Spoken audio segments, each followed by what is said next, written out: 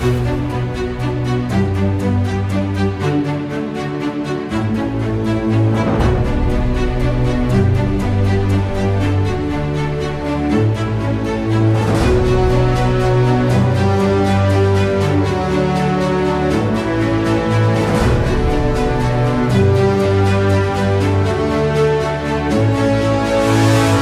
and gentlemen, the President of the Republic of the Philippines, His Excellency President Ferdinand R. Marcos Jr.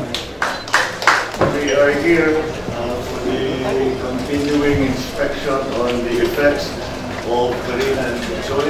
The damages po incurred by the province in terms of agri amounts to about 103,777,818.85.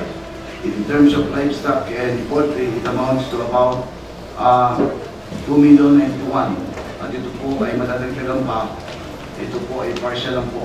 And in terms of infra, it's about 789 million, or a grand total of damages amount of about 895,668,818.85.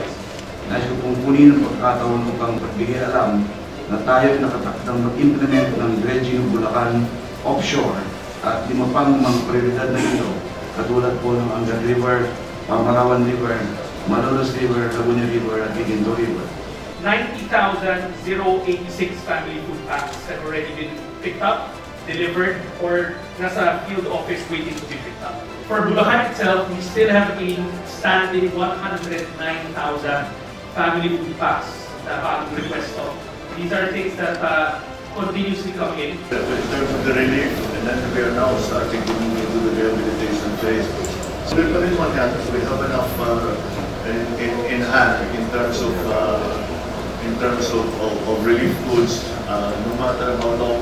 Kasi hindi naman dahil na wala yung tubig pa makauwi na kagad yung tao. Kahit ang uwi sila, kailangan hindi sila makatulog. So kailangan pa rin bigyan ng tulong. So we will continue with that. Mahal na Pangulo, sa lahat ng pangarap nito ay gabay namin ang iyong pagkalingang pamamahala at pagdamay sa bawat Bulacanyo at Pilipino. Sir, maraming salamat.